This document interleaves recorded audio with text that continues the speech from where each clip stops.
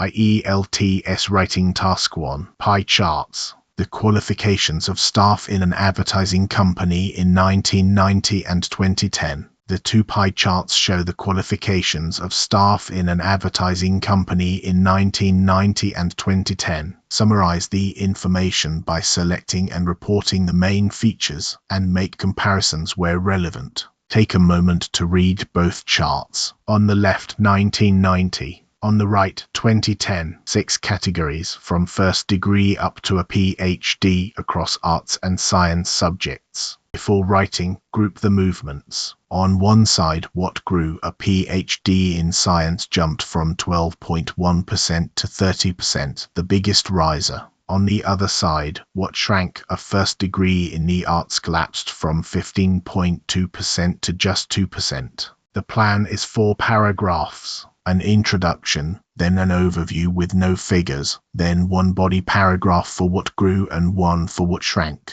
The two pie charts compare the qualifications held by staff at an advertising company in 1990 and 2010 across 6 categories that span first degree, master's and doctoral study in both arts and science subjects. Overall, the workforce became noticeably more highly qualified over the 2 decades as postgraduate qualifications, a PhD in science in particular, grew, while the proportion of staff holding only a first degree declined. Science-related qualifications also became more common than arts-related ones by the end of the period. In 1990, a PhD in science accounted for just 12.1% of staff, yet by 2010 this had surged to 30%, making it the single largest group. A master's in science, the most common qualification in 1990 at 29.3%, held virtually steady at 29%. A PhD in the arts, though minor throughout, edged up from 2% to around 5%. First-degree qualifications, by contrast, became far less common. First-degree arts holders plummeted from 15.2% to a mere 2%, while first-degree science holders roughly halved from 20.2% to 11%.